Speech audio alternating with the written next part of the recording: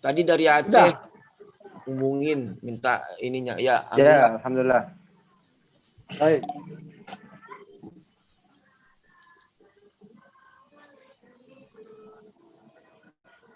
Baik. Assalamualaikum warahmatullahi wabarakatuh. Waalaikumsalam. Bertemu lagi dengan saya DHS Dr. Hendra Sutisna. Ini mohon izin ketua, ini mungkin gaya Anda ini harus berapi-api karena udah malam. Gak Nanti apa-apa. ikut ngantuk, anak pula yang tidur ya. Ya. Baik, Bapak Ibu semua, sudah tentu kita pernah mengalami juga atau kedatangan klien dengan keluhan nyeri leher ataupun nyeri punggung ya.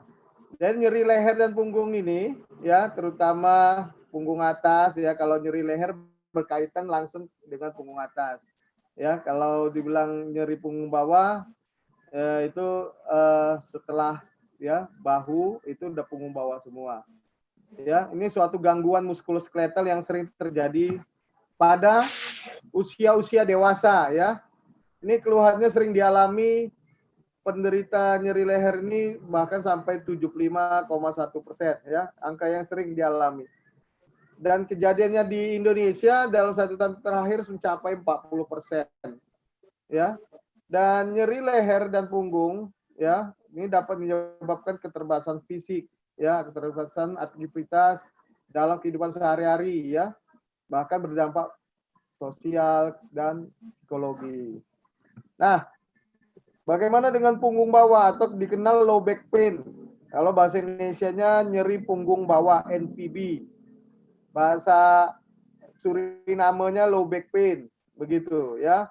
Nah, ini merupakan masalah muskuloskeletal juga ya, lokomotor ya, yang paling sering terjadi pada dewasa. Nah, sengaja saya ambil topik ini karena ini yang paling sering juga masuk di klinik-klinik bekam menjadi klien kita, bahkan tidak jarang nyeri-nyeri yang kronis ini dibutuhkanlah kehadiran Tibun Nabawi untuk mengatasinya. Dan di Indonesia prevalensi NPB ini juga tinggi ya, sebesar 80% dan meningkat seiring pertambahan usia. Ini berdasarkan dari Kemenkes RI 2018. Bapak Ibu, apa yang dilakukan klien saat mengalami nyeri punggung atau nyeri leher ini? Tentu secara konvensional masyarakat kita langsung mengambil pilihan obat-obat pereda nyeri ya, seperti NSAID ya, non steroid anti-inflammatory drugs adalah obat yang sering digunakan ini ya. Saya nggak sebut merek ya, tapi ini obat-obat yang banyak digunakan di warung, di apotek-apotek, toko-toko obat begitu ya. Dia bisa menghilangkan rasa nyeri memang ya, melalui perannya ya mencegah pembentukan zat prostaglandin ya, dan menghambat pengiriman sinyal rasa sakit ke otak. Jadi dia mencegah pembentukan zat prostaglandin ya. Namun obat ini juga punya banyak efek samping Bapak Ibu ya. Coba bayangi deh, kalau ini dialami secara kronis berlama-lama, menahun, masa iya minum obat terus? Begitu toh? Nah, kita harus punya solusi. Ya, apalagi kita sebagai terapis ya yang menggunakan sunnah-sunnah Rasulullah dalam berobat ya, maka kita bisa memberikan solusi untuk itu ya. Kalau banyak pasien mengkonsumsi NSAID dalam waktu yang jangka panjang, ini efek sampingnya banyak sekali. Di antaranya contoh ya, luka pada mukosa dinding lambung, jadi tipis, bahkan luka pada dinding lambung. Akhirnya punya penyakit baru dia. Awalnya penyakit dengan nyeri-nyeri keluhan yang dirasakannya kronis, tambah lagi sakit perutnya, dan itu menjadi luka lambung. Wah, nauzubillah min dzalik. Bapak Ibu, ya, jadi apa yang dilakukan oleh kebanyakan orang untuk mengatasi nyeri punggung atau nyeri leher ini. Ya, penata laksanaan saat ini ya kita memang masih mengenal konservatif. Ya, bisa dengan obat-obatan, bisa dengan melakukan olahraga seperti berenang, ya, atau kegiatan olahraga yang lain ya, berkuda misalnya memperbaiki struktur tulang belakangnya dan sebagainya, atau akupunktur, pijat ya, psikoterapi ya. Nah, terakhir ini bekam. Ini yang kita sedang bicarakan bahwa bekam ini menjadi salah satu pilihan dalam pengobatan saat ini. Ya, kita tahu pasien sangat takut dengan injeksi, apalagi operasi. Ini merupakan tindakan-tindakan invasif yang keselamatannya juga tidak bisa dipastikan oleh para dokter. Ya, jadi ini juga dalam konsep usaha. Jadi upaya kesehatan tidak menjanjikan ya seperti itu. Bapak Ibu, pada saat ini nih ya banyak masyarakat yang menggunakan metode pengobatan komplementer dan pengobatan alternatif. Ya, pengobatan komplementer dan alternatif tidak hanya digunakan pada orang sakit, tapi juga sekarang orang-orang sehat nggak mesti pinggangnya sakit, nggak mesti punggungnya sakit, dia berbekam, ya.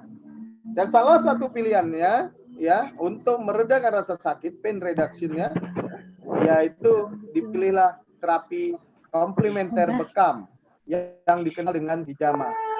Ya, Bapak Ibu, dan sebenarnya metode pengobatan ini sudah makanya pakai mikrofon ada. Nah, mengapa bekam?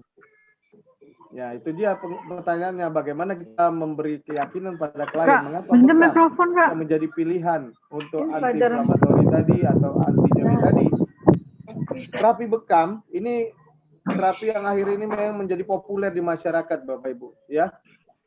Selain itu, ini merupakan sunnah Rasulullah Shallallahu Alaihi Wasallam dalam menjaga kesehatannya, yaitu al-hijamah.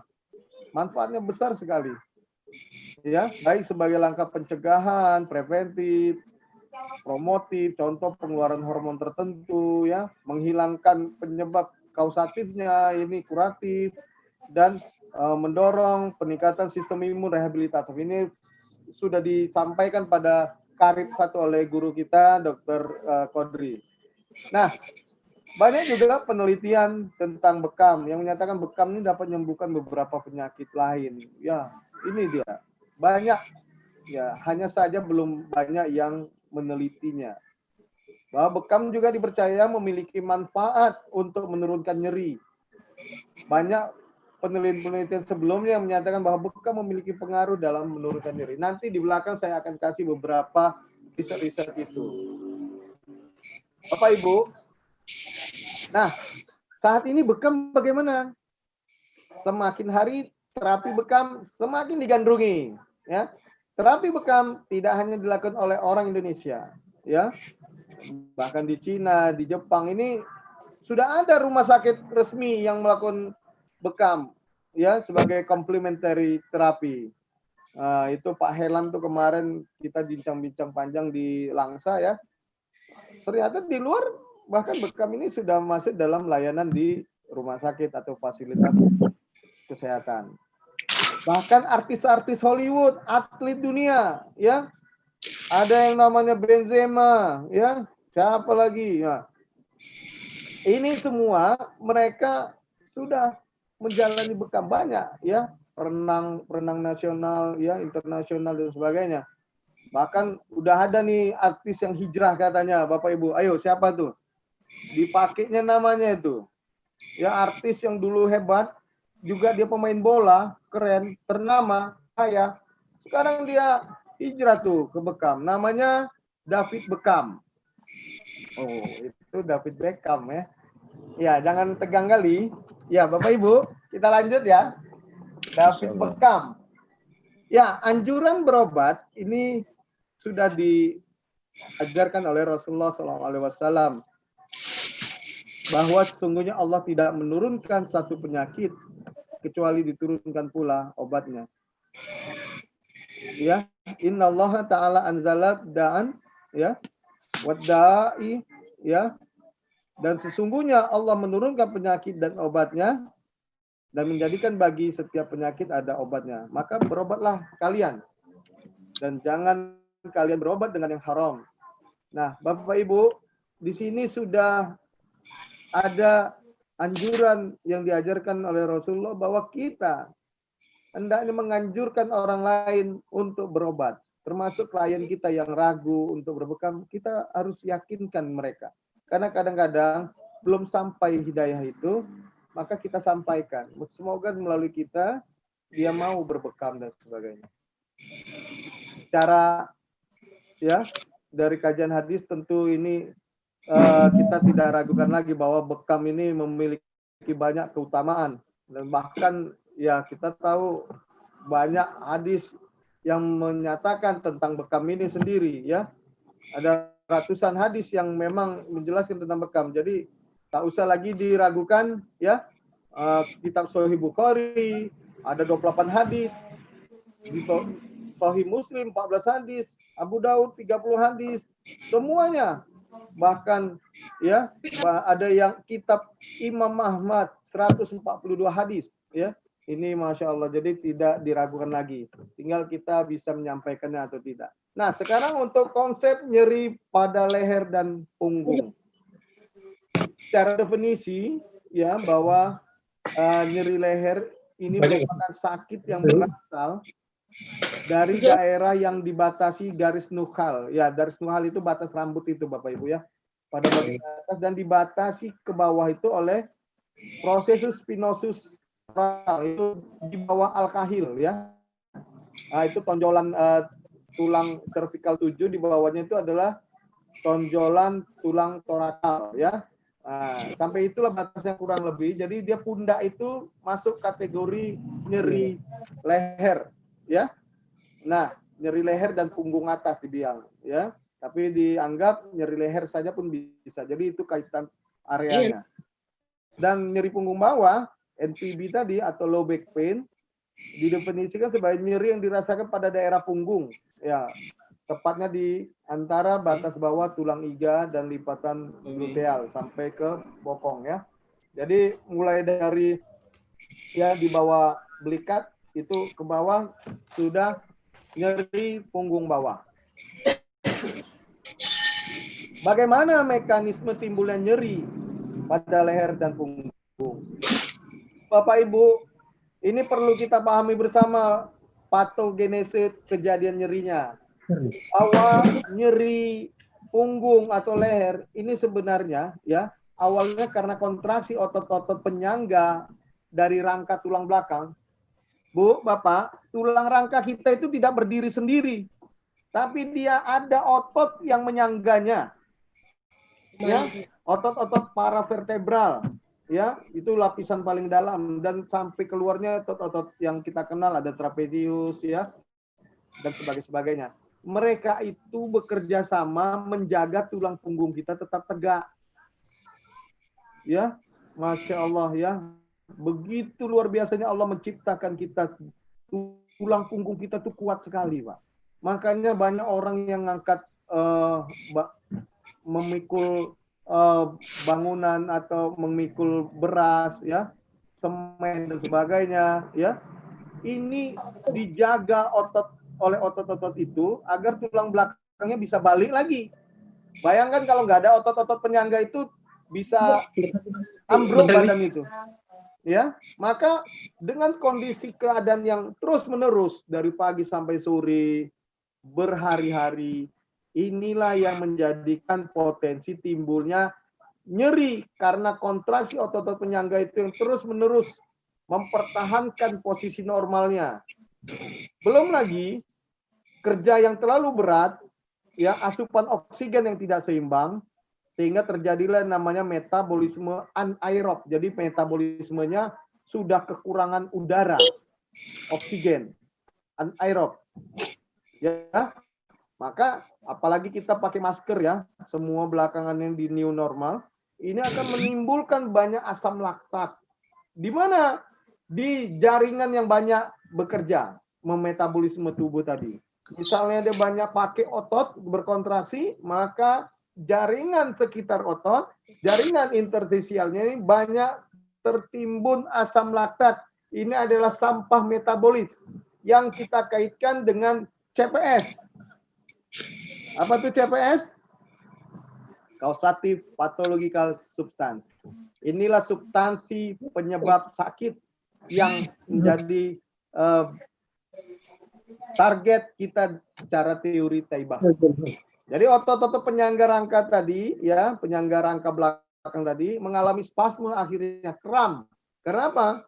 Karena kekurangan oksigen dalam metabolismenya, sehingga asam laktat meningkat, ya, jadilah ya mediator-mediator inflamasi itu datang, ya, dan merespon, merangsang nociceptis, nyeri di perifer, di jaringan-jaringan otot sekitar, sehingga menimbulkan rangsang nyeri. Inilah yang menyebabkan timbul rangsangan nyeri, Bapak Ibu.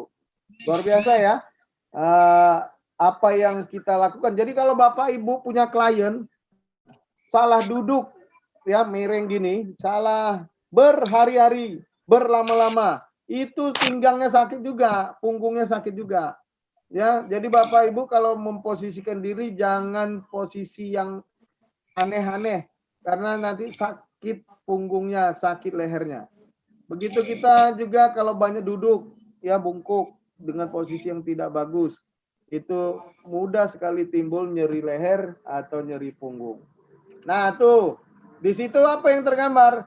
Berarti banyak tantangan para terapis untuk filling the gap, mengisi kekosongan. Kita tidak menyingkirkan yang ada, tapi kita mengisi yang belum ada. Filling the gap. Ya, apa itu?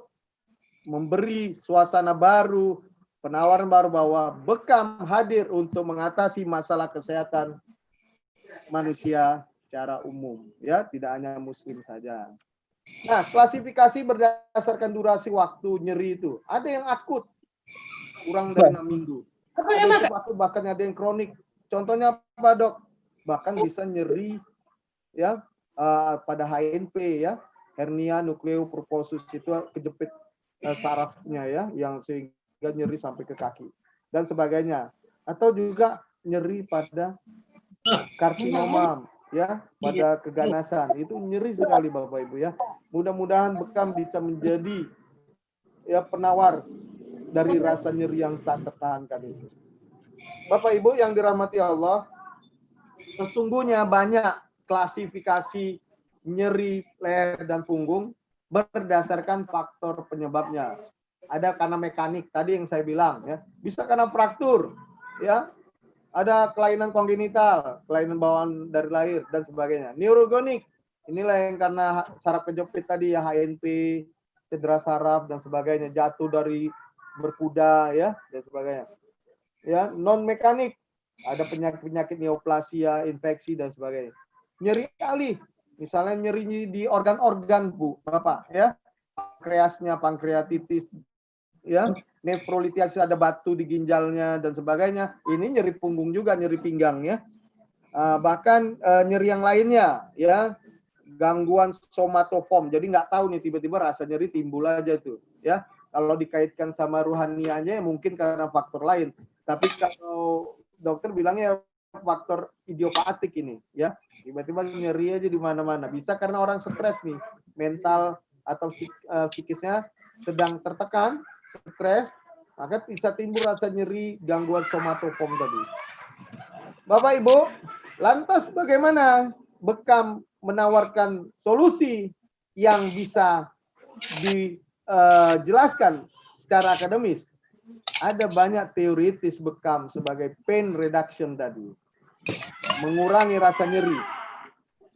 Teori yang pertama ada pain gate teori. Ini sudah kita kenal, nanti saya jelaskan.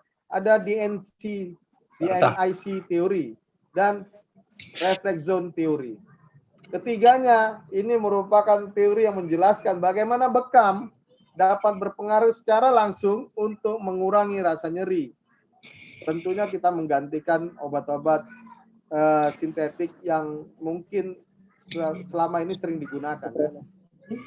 Dan Bapak Ibu, apa itu DNIC teori? secara singkat saya jelaskan. Ini Bapak Ibu perlu tahu, setidaknya namanya saja pun tahu, pahami saja, bahwa skarifikasi kulit pada bekam ini menyebabkan stimulus pada nociceptif sehingga mengaktifkan DNIC tadi. Dok, nociceptif apa dok? Ini kita orang awam. Oke, baik, saya jelasin. DHS jelasin. Nociceptif ini adalah ujung saraf perifer, pinggir ya, ujung-ujung saraf yang adanya di mana? Di dermis kita, di kulit-kulit kita. Ya. Skarifikasi kulit pada bekam ini menstimulus itu ya, sehingga mengeluarkan, mengaktifkan DNIC tadi. Yang perannya mengontrol ya rasa nyeri yang timbul dengan efek dia yang lebih besar. Jadi singkatnya ini ada istilah nyeri menghambat rasa sakit. Nah, lo bingung toh? Nyeri kok menghambat rasa sakit? Nyeri sama sakit kan podo mawon. Ya kan? Tapi inilah konsepnya bahwa nyeri yang hebat bisa menutupi nyeri yang sedikit-sedikit tadi. Ya, nyeri besar. Contoh Bapak Ibu, pernah Ibu Umi kram saat haid. Coba apa yang dilakukan? Dikasih kompres hangat panas, ya toh? Kompres panas hangat tadi menutupi rasa nyeri yang ada sebelumnya, sehingga kita bisa merasa kehilangan rasa nyeri yang tadi, sakit yang sebelumnya. Jadi nyeri alih. Begitu Bapak Ibu. Ya. Nah, ini contoh biasa sering terjadi idiopatik. Jadi misalnya nyeri pada usus atau pada rahim saat haid dan sebagainya, atau sakit kepala yang tidak terespon ya, maka bisa dikompres. Itu. Teori refleks zone terapi ya tergantung pada premis bahwa tanda dan gejala penyakit terkait dengan satu dermatom kulit ini dapat direfleksikan dengan berdekatan. Nah, lo pasti bingung nih, ya. Yang mau muntah, tunjuk tangan, bilang, aduh ampun mau muntah. Tapi tenang aja. Kita lanjut. Bismillah. Masih sanggup? Masih sanggup, insya Allah dokter. Insya Allah. Saya menyampaikannya agak lebih bersemangat supaya Bapak Ibu juga bersemangat. Iya, izin dokter. Izin dokter. Ya, itu ada. Mohon dimutkan itu ya Pak Ruslan itu. Agak sedikit mengganggu para pendengar ini. Cara mutkannya gimana? Di kolom apa? Ya, mohon Pak Ruslan untuk mengemutkan. Mut, Pak Ruslan. Ya, udah. Belum. Pin.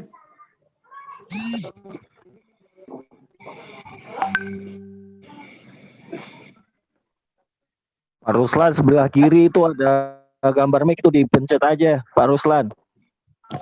Iya. Aduh, gimana nih? Apa-apa, sabar, Pak Ruslan.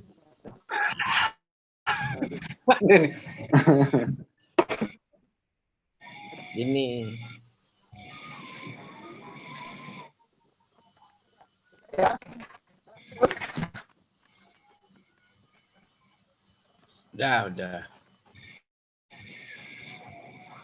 Itu Udah. tidak iklan itu, anggap aja iklan.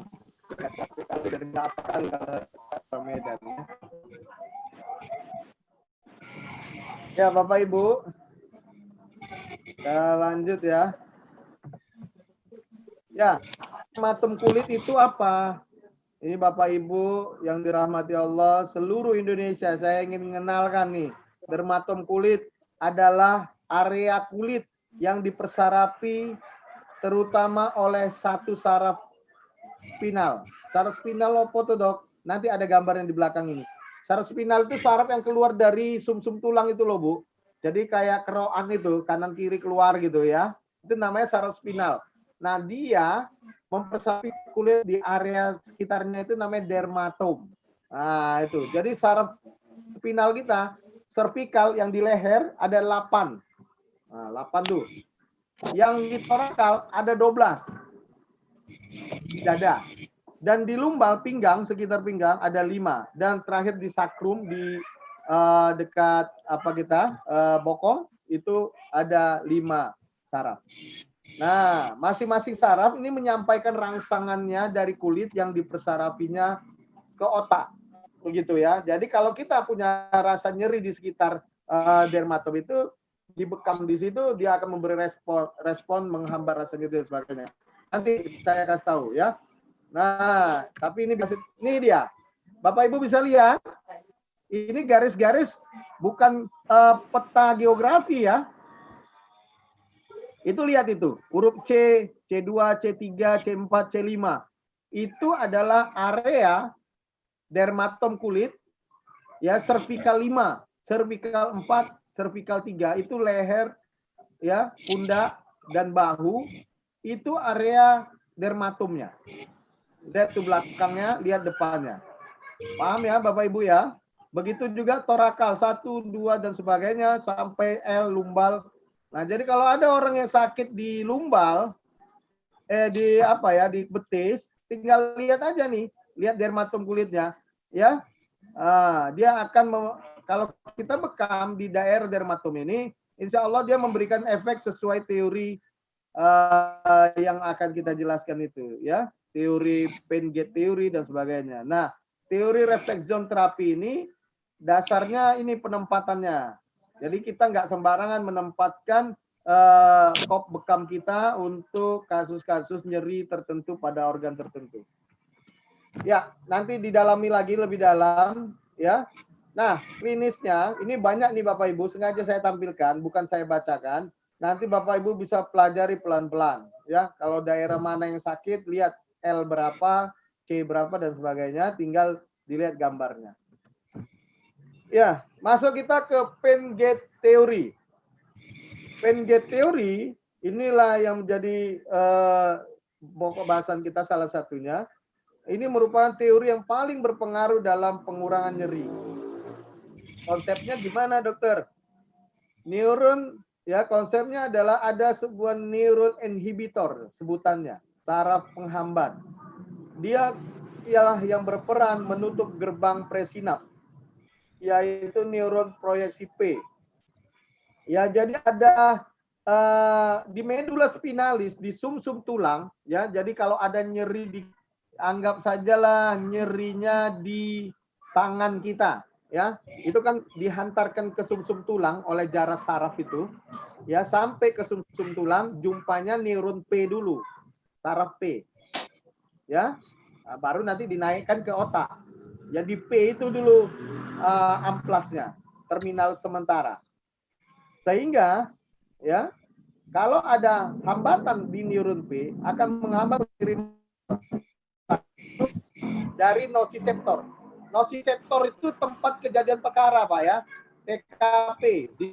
Jadi di perifer. Jadi kalau kita kena asap, kena api rokok di jari kita, ya, jari kita itu adalah daerah nosiseptor nerve.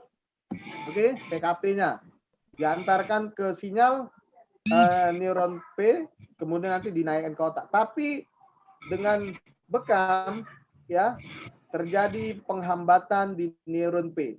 Sehingga apa? Rangsangan nyeri tadi tidak sampai diantarkan naik ke korteks otak. Dok, kejadian simptom nyeri. Baik, saya jelaskan sedikit. Tulisannya sengaja saya banyakkan. Supaya apa? Supaya Bapak Ibu nanti bisa bawa oleh-oleh pulang dibaca lagi di rumah. Mungkin penempuan sekarang hanya menyampaikan saja. Jadi nyerinya nanti ini merangsang saraf sensoris. Sensoris itu sensor. Jadi merangsang penghantar ke atas ke otak.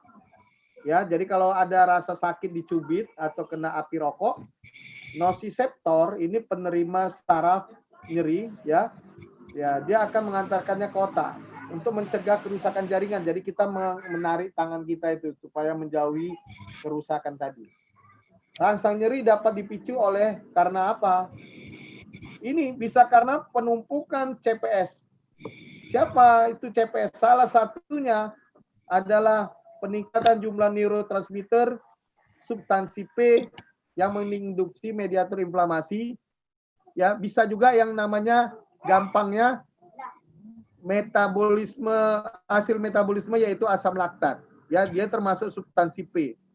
Ini dia kategori secara umum adalah substansi penyebab penyakit atau CPS.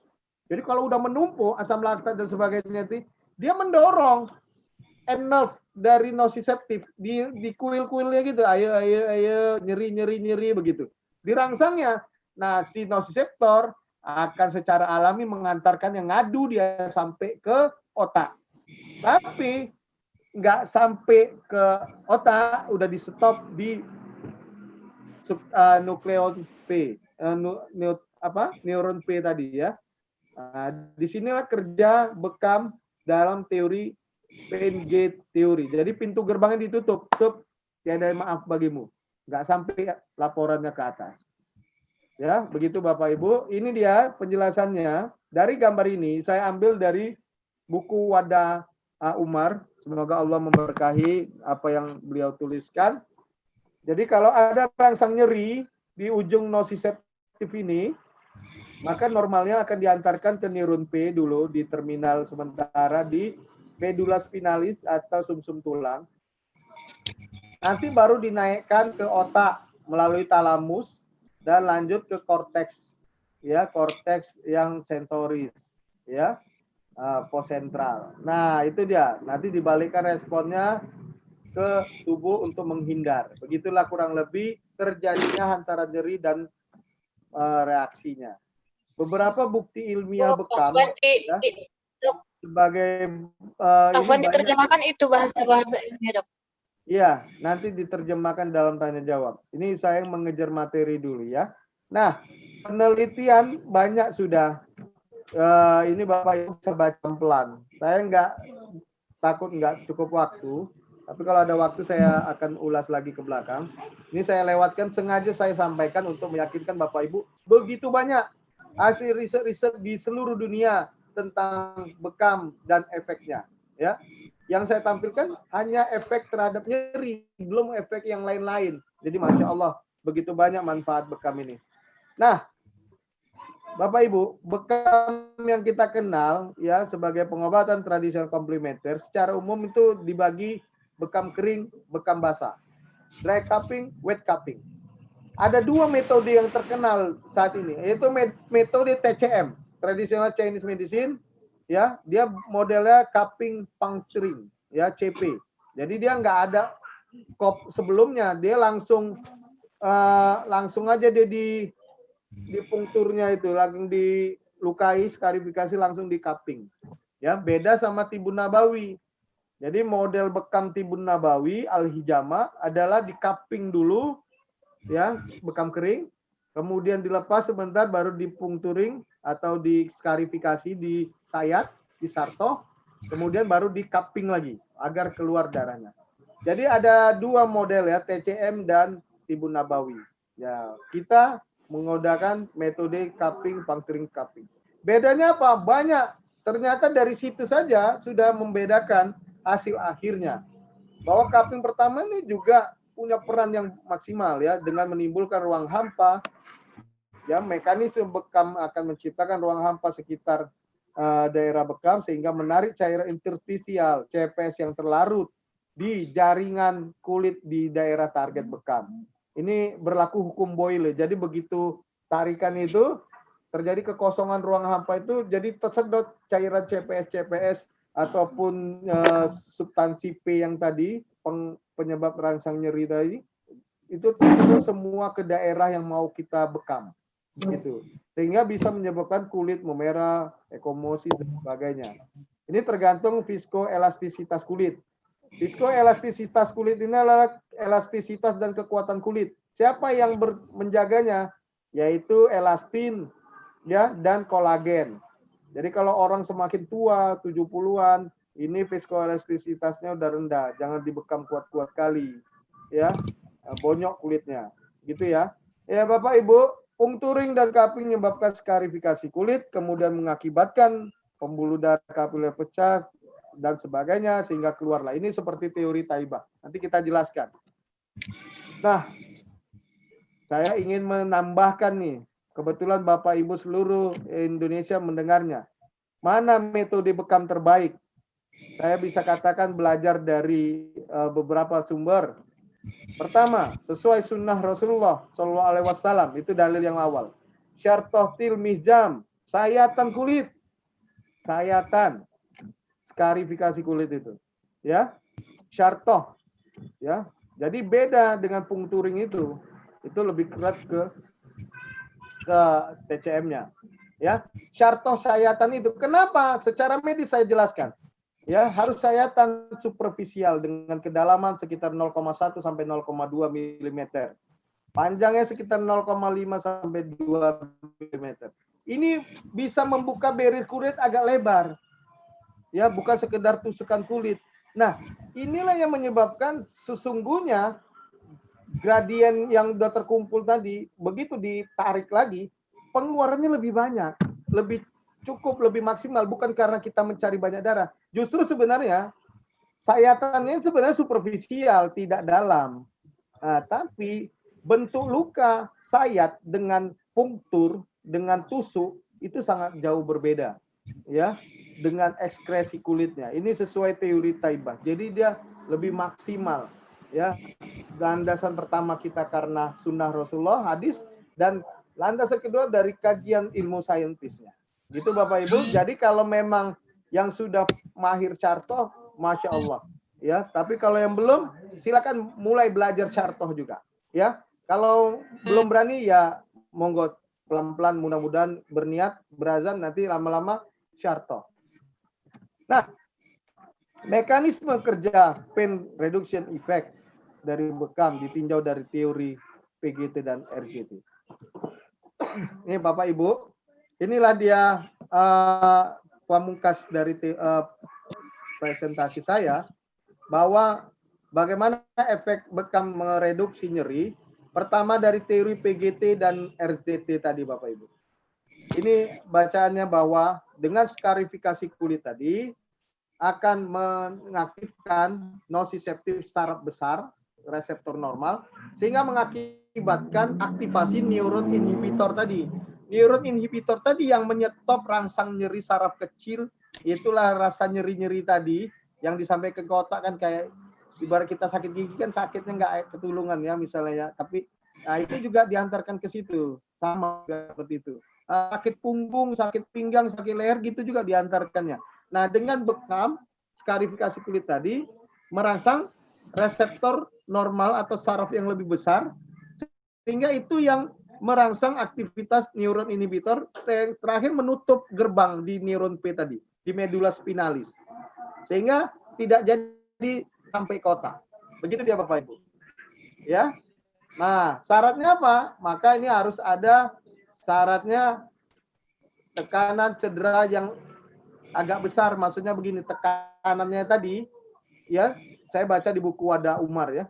Jadi tekanan sarafnya itu untuk menghilangkan rasa nyeri itu adalah lebih kuat. Jadi timbul rasa sakit sedikit pada pasien. Ya, kalau biasanya kita bekam dalam kasus lain, kalau bisa kasih nyaman deh, jangan sakit-sakit kali. Kalau ini diketetin sedikit, ya. Makanya kalau obat itu namanya dosis ya. Kalau ini kita bekam juga ada science and art-nya, ada seninya juga. Tarik sedikit. Udah sakit Pak? Sakit. Ya udah biarin deh. Nah, dari rasa sakit sedikit itu menstimulus saraf besar tadi salah satunya, sehingga menyetop saraf kecil yang menyebabkan sakit tadi. Nah, nanti begitu siap dibekam, hilang tuh rasa sakitnya. Bapak Ibu yang dirahmati Allah, ya, jadi mekanisme itu tersebut bisa membantu menghilangkan rasa nyeri tadi, mengantarkan sampai ke otak. Dan skarifikasi pada titik bekam tertentu akan memberikan efek pada daerah regional sesuai dermatomnya. Nah, ini yang saya bilang Bapak Ibu, sesuai dermatom saraf tepi dan somatovisceralnya. Jadi misalnya sakit perut, sakit di livernya, sakit di ususnya, di lambungnya, itu sesuai daerah dermatomnya tadi Bapak Ibu baca, Ya, maka bila dibekam di sesuai tempatnya dengan kekuatan yang cukup, ya, dengan kop yang memadai, ya, apalagi dengan teknik Charto, insya Allah maka hasilnya lebih maksimal. Ini dia tadi bagaimana pain gate teori tadi. Bapak lihat gambar atas, ini yang paling atas, ini saat tidak ada input, tidak ada sinyal. Jadi otak tidak ada yang dikirimin sinyal. Baik-baik saja. Yang di tengah warna kuning itu neuron inhibitor ya. P ini adalah saraf P tadi. Yang saya bilang neuron P yang berada di medula spinalis atau sumsum tulang belakang kita. Ya. Nah, gambar kedua adalah ya, saya gambar 3 dulu ya. Gambar ketiga adalah rasa nyeri di punggung yang timbul di punggung pasien. Itu adalah saraf small nerve, saraf kecil yang terangsang sehingga dia menyampaikannya ke P. P tadi meneruskannya, itu ada tanda bintang tadi itu, ke otak. Itu dia ya. Tapi kalau ada pembekaman, terangsanglah saraf besar di L itu. L itu lak ya, lak small, lak nerve ya. Itu akan mengaktifkan si neuron inhibitor. Neuron inhibitor itu yang di tengah nih Bapak Ibu. Sehingga dia jalan menyetop menghambat kalaupun ada S lewat. Ya, misalnya ada rasa nyeri punggung gitu ya, dan sebagainya yang biasanya lewat diteruskan, di stopnya langsung di sini. Ya. Di stopnya. Akhirnya tidak ada sinyal yang disampaikan ke otak dan kita bersenang-senang saja, siul-siul, nggak ada rasa sakit. Begitu dia Bapak Ibu. Nah, waduh dok, banyak. Inilah yang saya bilang tadi. Kalau penempatannya sesuai RZT, reflex zone terapi, maka akan bermanfaat untuk keluhan pasien. Maka Rasul pernah ajarkan bahwa sungguhnya tiap-tiap penyakit ada obatnya. Dan apabila penyakit sudah tepat dengan obatnya, maka dia akan sembuh insya Allah. Ketepatan dalam penempatan titik bekam secara ilmuannya, ini naturalnya, alaminya, sunatullahnya akan memberi efek kesembuhan ya dalam kajian ilmu yang memang Allah turunkan.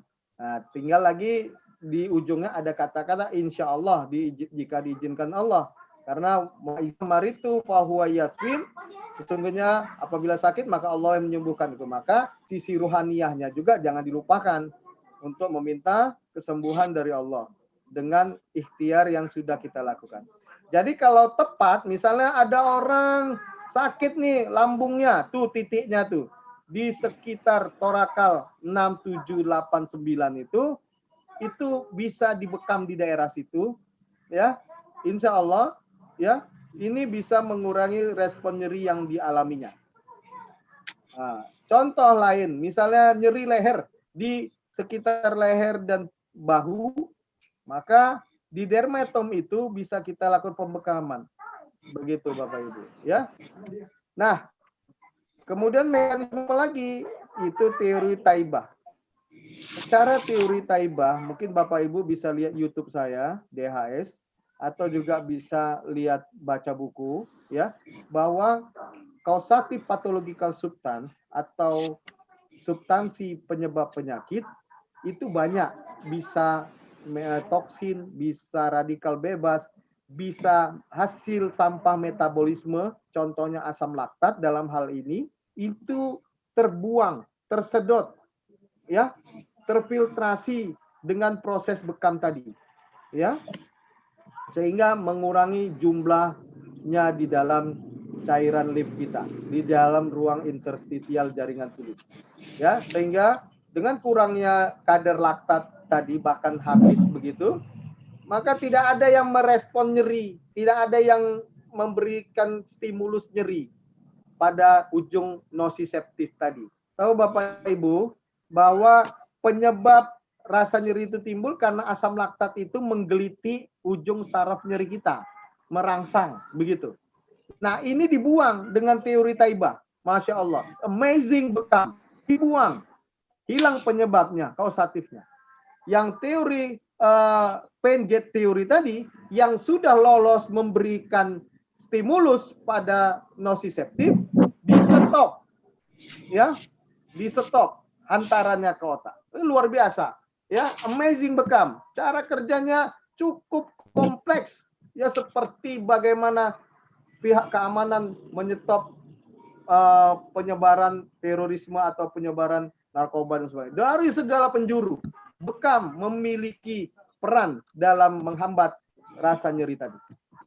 Ini sekilas bagaimana diagram secara teori Taibah pengangkatan CPS tadi. Mungkin Bapak Ibu bisa baca lebih detail, karena waktu yang terbatas saya lewatkan, tapi kalau ada mau yang diskusikan, silakan insya Allah.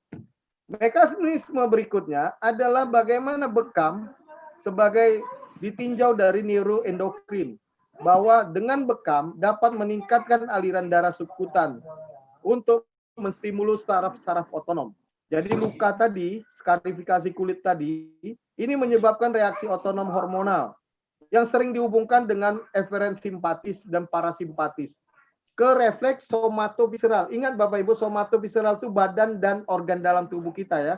Jadi bekam bisa berpengaruh pada badan dan organ dalam tubuh kita. Ya. Nah, efek biomekanik pada bekam dapat menginduksi pelepasan hormon beta endorfin. Ini adalah opioid endogen. Apa itu opioid? Ya, ini adalah hormon yang memberikan menghambat rasa nyeri tadi ya dari dalam tubuh. Jadi morfinnya dari dalam tubuh ini ya. Nah, penelitian lain yang menunjukkan bahwa pembekaman kulit tadi akan menstimulus kuat syaraf permukaan kulit yang akan berlanjut pada daerah kornu medula spinalis saraf A. Ini saraf A, delta dan saraf C ya. Melalui traktus spinothalamikus. Ini traktus spinothalamikus nih Bu. Ini jaras hantaran antara sumsum tulang sampai ke talamus. Talamus ini yang menghasilkan terutama di hipofise menghasilkan endorfin ya sampai ke otak. Jadi jaras ini, jalur hantaran ini yang terangsang oleh mekanisme kerja bekam. Makanya itu endorfin bisa dikeluarkan. Apa itu endorfin, Pak Dokter?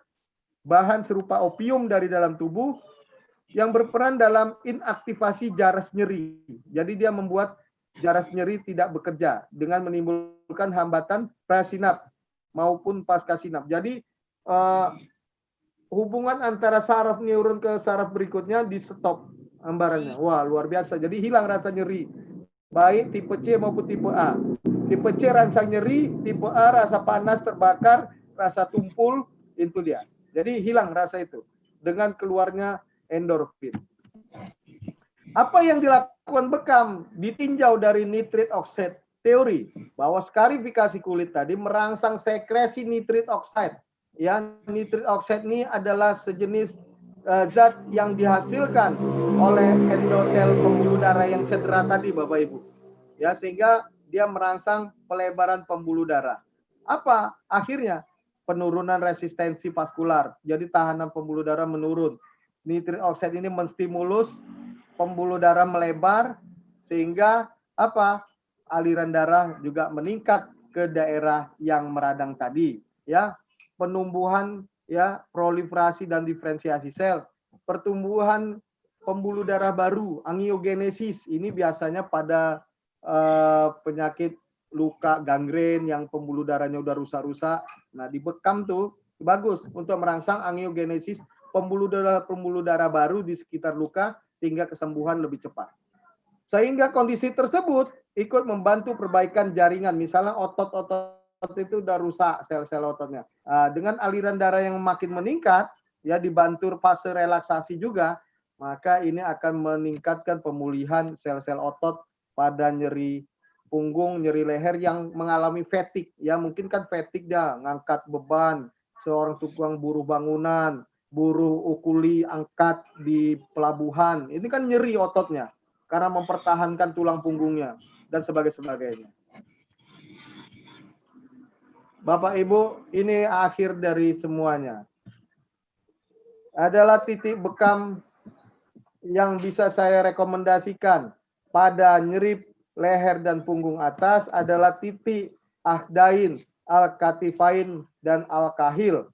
Di mana, mohon maaf ya, ini pengaturan saya yang sulit, di mana titik ini sesuai refleks terapi, sesuai dengan dermatom kulitnya. Bagaimana dengan punggung?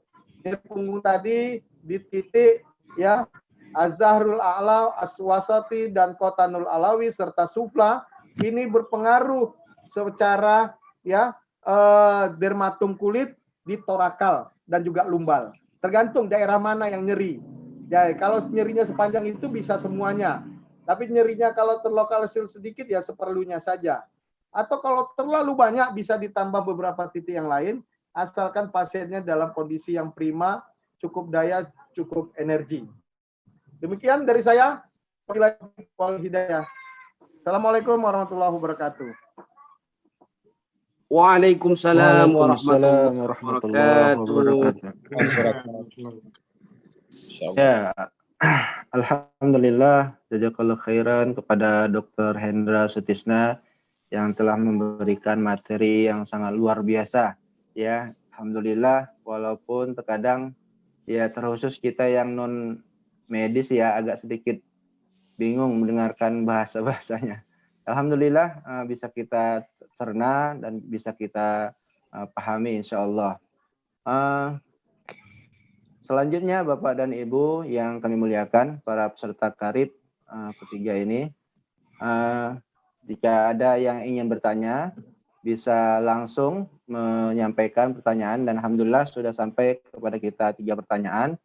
Dan sebelum kita memulai pertanyaan ini, ya alhamdulillah saya sedikit ada testimoni ya, memang sebagaimana tadi telah disampaikan Dr. Hendra bahwa titiknya itu di Al-Qatanul Sufla dan Al-Qatanul Alawi. Nah, kemarin 3 hari yang lalu saya ketika bangun tidur, Masya Allah, tiba-tiba nyeri di pinggang. Sampai subuhnya itu enggak berjamaah di masjid.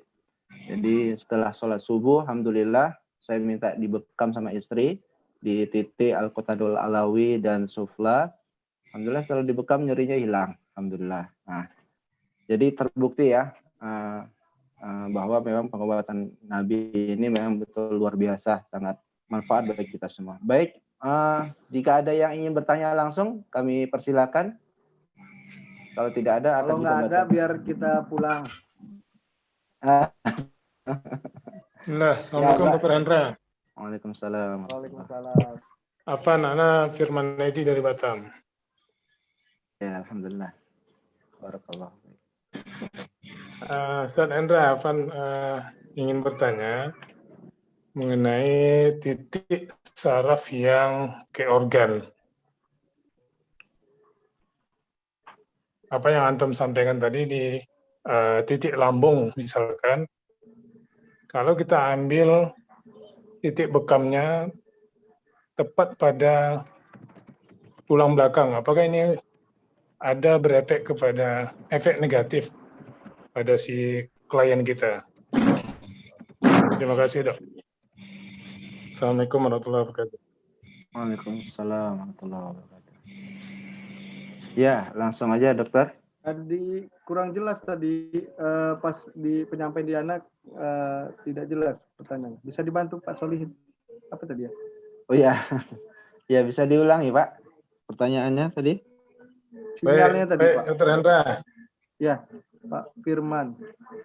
Masih ingat dengan anak kan? Wah iya, Masya Allah, masihlah. Gimana kabarnya Pak? Lanjut Pak. Simpel, silakan. Ya baik. Tadi Antum sampaikan titik organ, contoh di titik organ lambung. Kalau kita tidak mengambil di titik sunnah, katakanlah tidak mengambil di titik sunnah, tapi langsung di titik torakalnya, tulang belakangnya, di tengah-tengah itu, apakah ada efek negatif pada klien kita? Oke, baik Pak Firman, terima kasih. Jadi kita nanya singkat supaya banyak kawan yang bisa jawab ya. Saya juga akan jawab singkat. Bismillah. Jadi penempatan titiknya itu bisa, penempatan titik bekam itu pertama Pak dari titik sunnah yang diajarkan oleh Rasulullah. Ya, kita semua sama-sama tahu. Kemudian pengembangan keilmuan itu dibolehkan, mubah saja.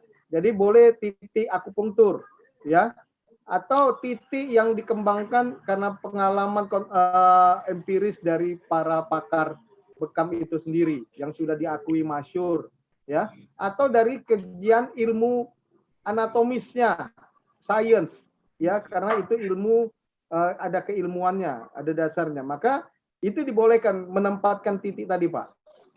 Jadi kalau pas tidak sudah, toh Nabi kan bukan mengalami banyak penyakit. Nabi mencontohkan beberapa yang dia memang keluhkan sakit. Tapi di luar itu kan umatnya punya banyak penyakit. Maka keilmuan yang ada itu sesuai pengembangan ilmu pengetahuan. Ya sama seperti bagaimana kita membangun gedung-gedung pencakar langit, jembatan. Dulu mana ada masa-masa dulu kan? Itu kan sesuai pengembangan ilmu pengetahuan. Nah ini juga ya, jadi bisa memakai ilmu sains, anatomi, fisiologi, jadi tempatkan di titik ya lambung tadi ya, di sekitar torakal tadi ya, torakal 6, 5 tadi ya, di mana aja boleh, dia nggak kaku Pak ya. Nah seperti itu, dan bukan di tengah tadi pun ya, di kanan kiri, di jaras kanan kirinya ya, begitu, bukan di tengah tulang belakangnya. Gitu Pak ya, semoga bisa bermanfaat. Yang lain silakan. Assalamualaikum dokter, saya mau bertanya. Waalaikumsalam. Warahmatullahi wabarakatuh. Tadi masalah Sarto. Kebetulan saya sudah belajar Sarto. Cuman yang saya khawatirkan begini. Saya tuh kurang paham apakah klien saya itu itu loh dokter yang sensitif gitu. Jadi karena saya sudah beberapa kali terima klien yang pernah berbekam di tempat yang lain, itu bekas sartohnya itu nggak hilang. Apa dok namanya itu ya, saya kurang paham. Nah, saya misalkan klien saya bekam dengan sarto dan menimbulkan bekas seperti itu yang tidak hilang, seperti yang terapis lain lakukan, kan kalau ahwat itu kayaknya kurang elok dokter kalau bekas begitu ya. Maka saya mau pergunakan sarto itu ragu-ragu karena saya kurang paham apakah klien saya ini sensitif dengan goresan garisan sarto itu atau tidak. Makanya saya tidak pergunakan ilmu saya sarto itu gitu dokter. Baik, terima kasih. Ibu Umi siapa? Umi siapa? Heriawati dari Jakarta. Masya Allah Ibu Umiwati dari Jakarta ya. Ya, saya jawabnya singkat. Masya Allah. Saya juga punya guru saya nih tadi baru Pak Abdurrahman, Dokter Abdurrahman. Assalamualaikum dok. Nah, ada guru anak mungkin juga. Ya. Mohon maaf. Ya, yang ngajari anak Cartoh juga ini. Ada. Ya, jadi begini Pak. Umiwati dari Jakarta. Kan saya mengatakan yang terbaik ya metode yang ada karena memang dikutip dari Syartoh fil Mihjam, Rasul itu memang mensyartoh. Nah, masalah umatnya ada yang belum sampai itu kan menurut takaran kemampuan hambanya saja, umatnya saja. Jadi kalau memang ada beberapa orang punya pengalaman buruk syartoh dan sehingga tidak berani, ya kita tidak memaksakan, cuman dikasih pilihannya. Tapi kalau ibu mampu memberi yang terbaik, yang bagus, insya Allah itu lebih baik hasilnya. Nah, masalahnya kita melakukan syartoh itu harus punya pengalaman dan keilmuan yang baik. Itu yang maksudnya kita harus terus belajar. Nah, mungkin pengalaman buruk itu dilakukan orang-orang yang non-PBI, yang mungkin tahunya dari turun-temurun saja, coba-coba dan sebagainya. Nah, inilah yang perlu kita kembangkan dari PBI juga, bagaimana kita ada upgrading khusus kah atau apa begitu untuk syartoh ini sendiri. Nah, syartoh sendiri kalau mau dilakukan yang baik, ya saya tahu guru-guru saya banyak di sini, saya tidak mendeskripsikan secara detail, tapi kalau mengikuti langhan kulit itu garis Langerhans kulit, dia penyembuhannya rapat sekali. Dan kalau dilakukan sesuai metode tadi, tipis, superficial, dan dengan kedalaman dan panjang yang sesuai, insya Allah tidak menimbulkan scar atau sisa bekas luka yang seperti yang ditakutkan itu. Nah, ini memang jadi tantangan kita, Ibu Umi, ya. Jadi kalau belum bisa, jangan dipaksakan. Saya hanya menawarkan yang terbaik saja. Baik. Terima kasih, Ustaz. Tafadhol, ya. Ya, alhamdulillah. Nah, kemudian dokter, baik kita akan bacakan 3 pertanyaan yang sudah masuk di kita. Ya, pertanyaan pertama dokter dari Bapak Sandro Willis. Izin bertanya dok, bekam sesuai area dermatom, apakah hanya pada kasus nyeri saja atau bisa juga untuk yang lain? Nah, ini pertanyaannya dok. Ya. Monggo dokter dijawab. Sahabat Nana di Sumatera Utara. Terima kasih Dokter Sandro. Jadi dari teorinya ya, bekam ini dasarnya karena jaras nyeri spinalis tadi ya. Untuk saat ini memang pembahasan kita karena jaras nyeri dermatom. Ada juga miotom ya. Mungkin Dokter Hasanul spesialis saraf itu bisa menjelaskannya ke depan nanti ya tentang jaras-jaras saraf. Namun saya hanya bisa menyampaikan apa yang saya pahami bahwa dari penjelasan saya tadi juga ini bisa sampai ke somato ya. Jaras saraf itu hanya masih cerita nyeri ke somato visceral. Jadi kalau ada nyeri perut di sini dan sebagainya itu masih tahapan bahasan nyeri saja ya dermatom ini. Kalau dari kaitan kausatif misalnya udah baca doa coba doa. Misalnya kolesterol atau apa, ini bisa dipakai konsep udah nggak bisa, udah nggak taibah. Tahan lagi sama kamu, lama-lama bandel. Iya, teori taibah ini ya, ini membuang ya substansi penyebab dari penyakit. Jadi substansi penyebab penyakit ini sering menumpuk kadang di daerah-daerah tertentu, misalnya setentang dengan organ-organ tertentu. Maka kalau kita ambil dengan pembekaman di titik sakit, itu akan bisa membantu. Karena dulu yang dicontohkan Rasulullah, yang saya tahu, yang saya pelajari bahwa Rasul itu mengalami sakit, misalnya nyeri di pinggang, diambil di alwari. Ya, itu lihat tuh dermatomnya, benar sekali itu, bagus sekali. Nyeri di pinggang dan di kaki ya, diambil di alwari gitu ya. Kemudian kalau nyeri di punggung, alkahil dan katifain dan sebagainya. Mungkin satu waktu di karib berikutnya jadi tantangan itu pertanyaan Dokter Sandro. Mudah-mudahan ada yang bisa membawakannya. Terima kasih, Pak Solin. Ya, alhamdulillah, dokter. Satu pertanyaan lagi ini karena juga waktu yang sudah tidak memungkinkan ya. Jadi afwan jidan kepada Bapak Ibu mungkin jika ada pertanyaan yang tidak terjawab. Ini satu lagi dokter dari Ibu Wahida Mungas. Ya, beliau bertanya, dokter HNP atau hernia nucleus pulposus apakah bisa dibekam? Post operasi dok. Iya, habis operasi ya, habis operasi. Umi Wahida. Ya. Ya. Sekarang masa penyembuhannya dulu. Udah berapa lama pasca operasi? 1 tahun dok. Sudah setahun, sudah lewat masa penyembuhan luka operasi. Jadi itu insya Allah boleh.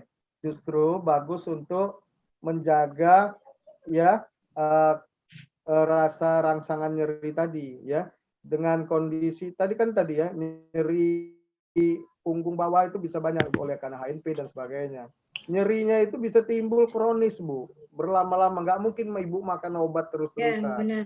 Nah, memang secara konvensional dipahami bahwa kalau ada saraf kejepit, kalau kami dokter harus dioperasi, dibuka, dibetulin sarafnya tadi, ditutup lagi.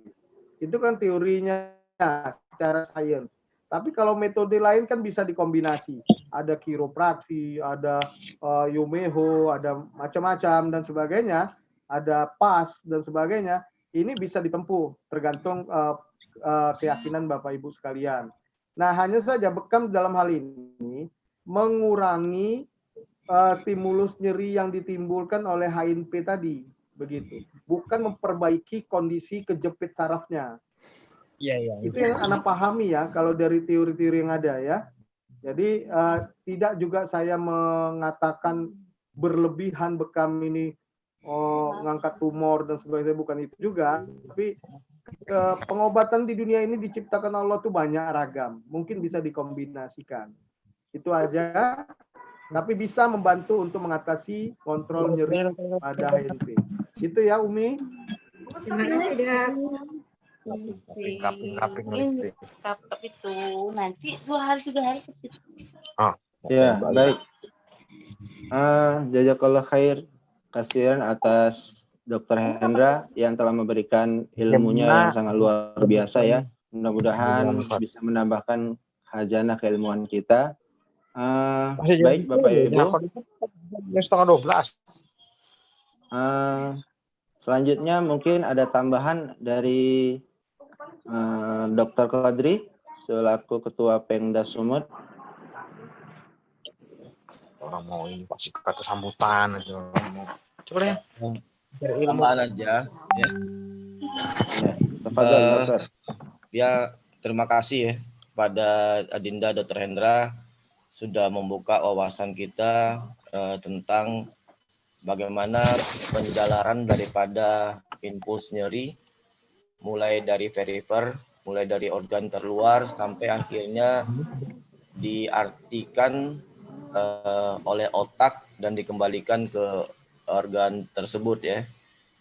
Jadi itu juga sehingga akhirnya menghasilkan yang namanya hormon endorfin, hormon bahagia ya, yang membuat kita lebih terasa senang, nyaman, ya, seperti begitu ya. Relaksasi daripada otot. Ya. Menarik tadi apa yang ditanyakan oleh Pak Firman Edi ya, dari Batam, bahwasanya titik bekam sunnah yang tadi disampaikan masalah tentang ada organ yang mungkin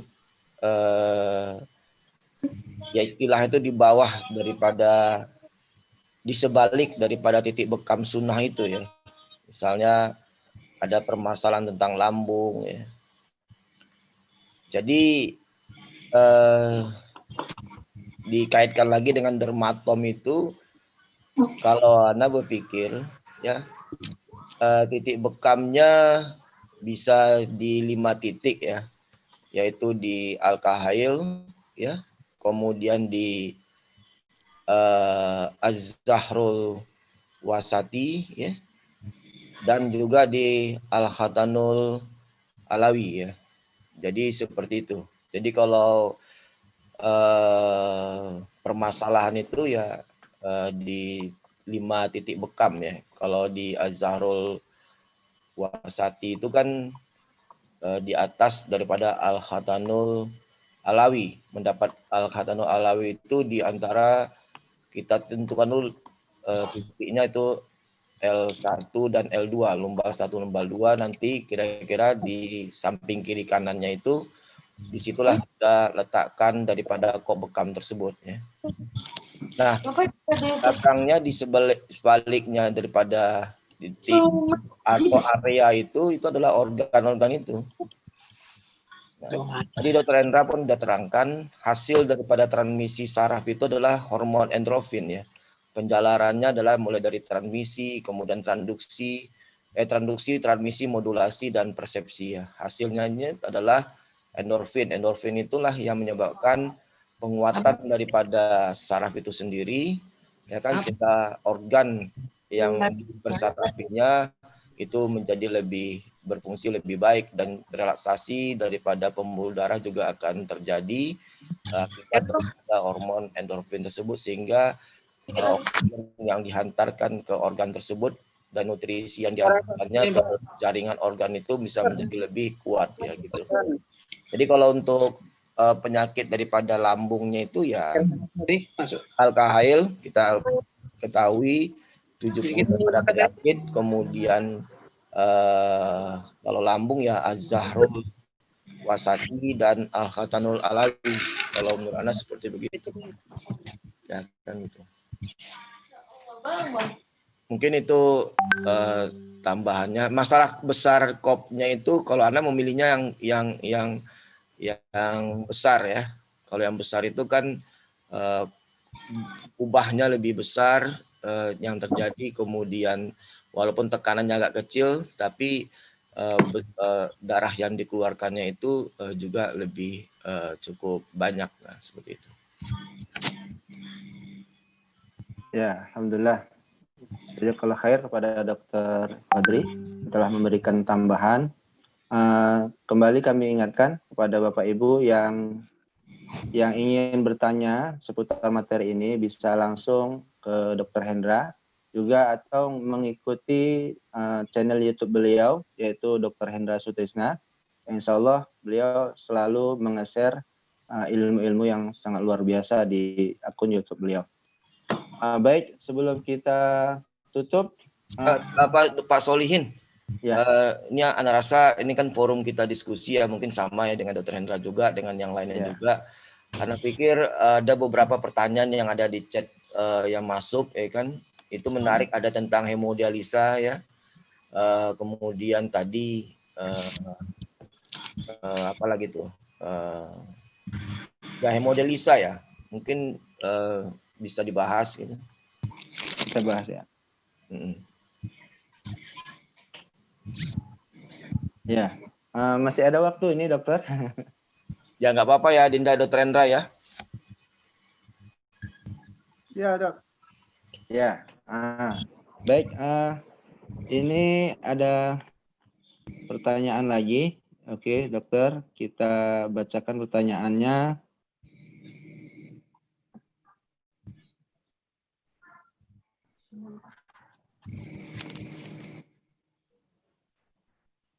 Tadi ada juga pertanyaan yang belum terjawab.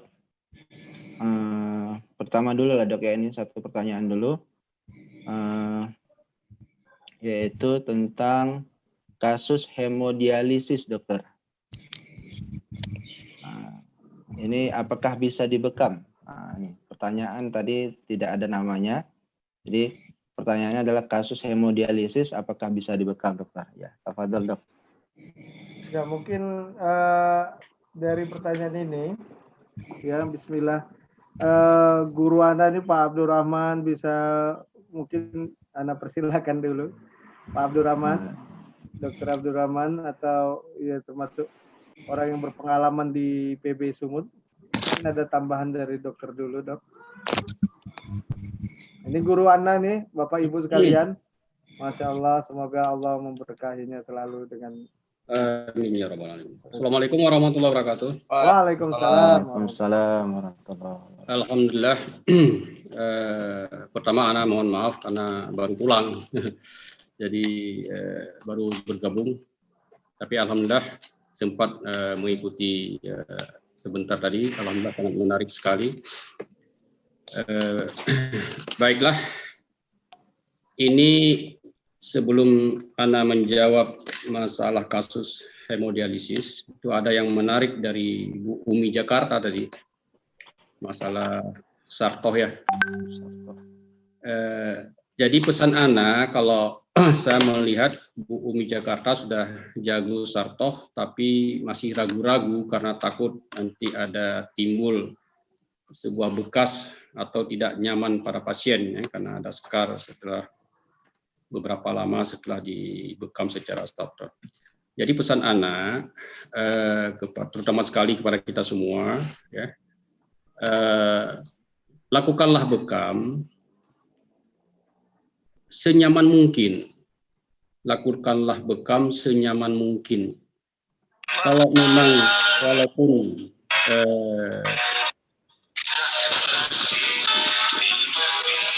saya dengar musik dulu.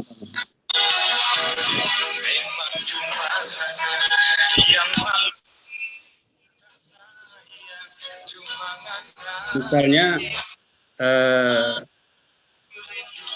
kita bisa melakukan secara teknik Sartof, Tolong tapi Pak bisa juga Perli Akuba. Mute dulu Pak Perli.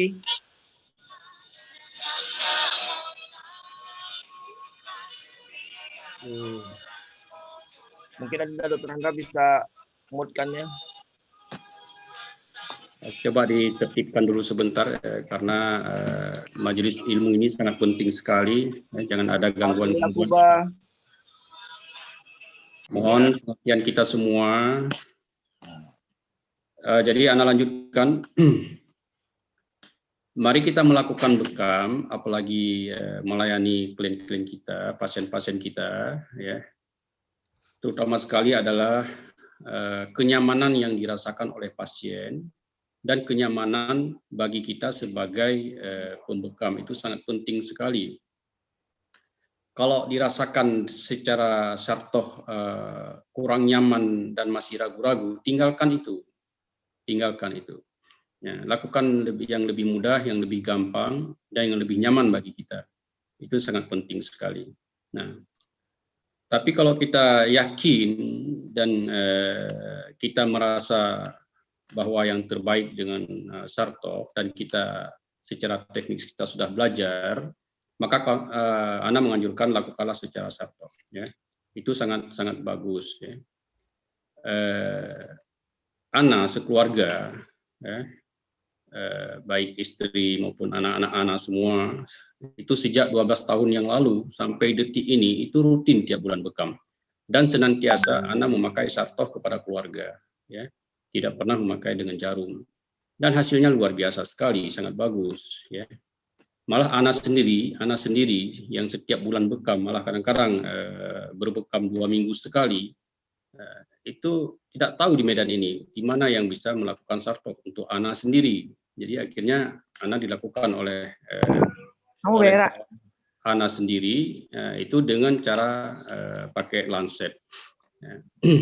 Itu yang bisa saya ceritakan tentang Sartof. Ya. Kemudian kasus hemodialisis tadi, ya, ada pertanyaan tadi, kalau ada kasus hemodialisis itu apakah bisa dibekam? Nah, ini pengalaman Ana. Kalau sudah cuci darah, sebaiknya jangan dibekam. Itu resikonya sangat berat sekali. Karena pasien-pasien yang cuci darah itu biasanya dia mengalami kondisi tubuh yang sangat lemah. Ya. Kemudian ginjal itu istilahnya dia tidak bekerja secara optimal. Ya. Apalagi memberikan misalnya dengan tambahan ramuan-ramuan dari herba. Itu kalau bisa di stop sama sekali. Ya. Kalaupun mau dibekam, itu jangan terlalu banyak titik. 3 titik sudah cukup. 3 titik sudah cukup. Yang penting alkahil itu diambil 1 titik. Nah, itu kalau kondisi pasiennya tidak lemas, ya, kondisi pasiennya stabil. Nah, tapi anjuran Ana secara umum, kalau kita tidak memahami betul pengalaman apalagi secara medis, itu yang kasus-kasus hemodialisis ini itu coba dihindari.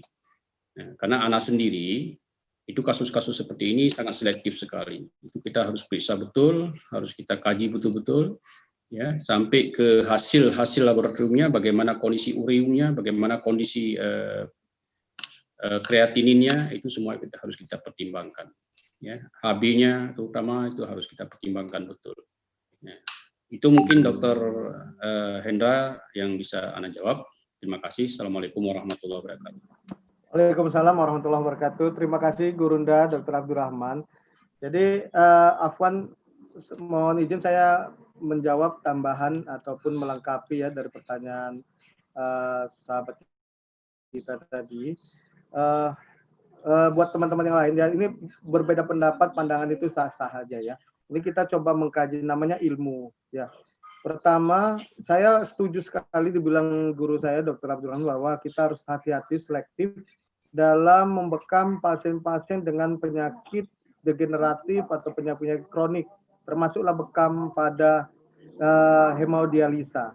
Pasien dengan gagal ginjal itu diyakini secara saintifik fungsi ginjalnya hanya tinggal 1/6%. Jadi 5/6-nya sudah rusak. Makanya dia dibantu dengan mesin. Untuk apa? Untuk filtrasi, mengeluarkan sampah-sampah metabolisme tubuhnya. Urium, kreatinin itu sebenarnya tiap hari dibuang melalui urin kita, Masya Allah. Ya, selama ini Allah selalu memberi kita yang terbaik. Tapi kita lupa ya. Begitu udah gagal ginjal baru terasa semuanya. Nah, sampah itu dibuang 2 hari sekali saat hemodialisa. Nah, mohon izin pandangan saya, setuju juga sama Dr. Abdurrahman bahwa dia justru perlu dibekam untuk membantu filtrasi pengeluaran sampah-sampah metabolisme CPS-nya tadi, radikal bebas, urium kreatinin yang ada, keluar dari darah bekamnya tadi. Hanya pembekamannya harus dengan perlakuan yang ekstra tadi seperti dibilang Pak Dr. Abdurrahman. Kita lihat vital sign-nya. Jadi yang pandangannya itu vital sign, jangan disamakan semua pasien hemodialisa ya. Ada yang seger badannya, wajahnya bagus, semangatnya, energinya cukup, dayanya bagus. Ada yang lemah sekali, jangan dibekam semua. Ya, jadi dilihat kondisinya dan inform concern pada keluarga paling penting. Jangan nanti kejadian apa-apa tanpa dibekam pun bisa kolaps, pingsan atau meninggal. Ya. Tapi gara-gara kita bekam, seolah-olah bekamnya yang membuat dia meninggal atau pingsan. Ini perlu diperhatikan dan disampaikan pada saat inform consent pasiennya. Setelah kita diagnosa dengan detail, periksa vital sign-nya, kondisi umumnya kalau bagus layak dibekam, sampaikan bekam ini adalah upaya kesehatan yang sudah dipercaya turun-temurun dan empiris tidak menyebabkan kematian secara langsung pada kondisi ini. Jadi kalau terjadi kondisi apa-apa yang diyakini setelah fase bekam, kita perlu yakinkan sama pasien untuk menerima kondisi itu. Kalau enggak nanti kita diseret-seret. Nah ini yang masalah zaman sekarang kan, apalagi kalau kita nggak punya surat STPT, tidak punya izin prakteknya dan sebagainya, maka ini memperburuk kondisi kita nanti. Jadi cari aman saja. Tapi kalau Bapak Ibu di klinik bekam, di geria bekam profesional, yakin, mantap, berkoordinasi dulu. Dokter saja pun Pak, Bu, dia konsultasi sesama temannya, sejawatnya, ke dokter lain, yang ahli ini, ahli itu, terhadap pasien yang sedang dia alami, dijalaninya, dihadapinya. Setelah dia mendapatkan berbagai masukan, barulah dia memberi keputusan apakah pasien yang dihadapinya akan dilayani dia, akan ditanganinya, atau berkolaborasi dengan dokter lain. Begitu Pak, dokter yang profesional saja kami itu harus tetap berkolaborasi dengan teman-teman yang lain. Begitu juga kita kalau memiliki klien yang bermasalah dengan masalah yang kronis, baiknya kita berkolaborasi, berkoordinasi dengan teman-teman lain yang mungkin bisa memahami lebih banyak dari kita. Mungkin dari saya itu, atau ada tambahan, atau mau pertanyaan lain, tafadhol Pak Solihin. Assalamualaikum. Apa? Mungkin saya tambahkan sedikit. Ya, tafadhol dokter. Gimana? Ya, itu Bu, tolong di rumah bekam. Nian Marani. Bu, Ya, tolong sedang diinput dulu Bu, siapa? anaknya. Ya baik.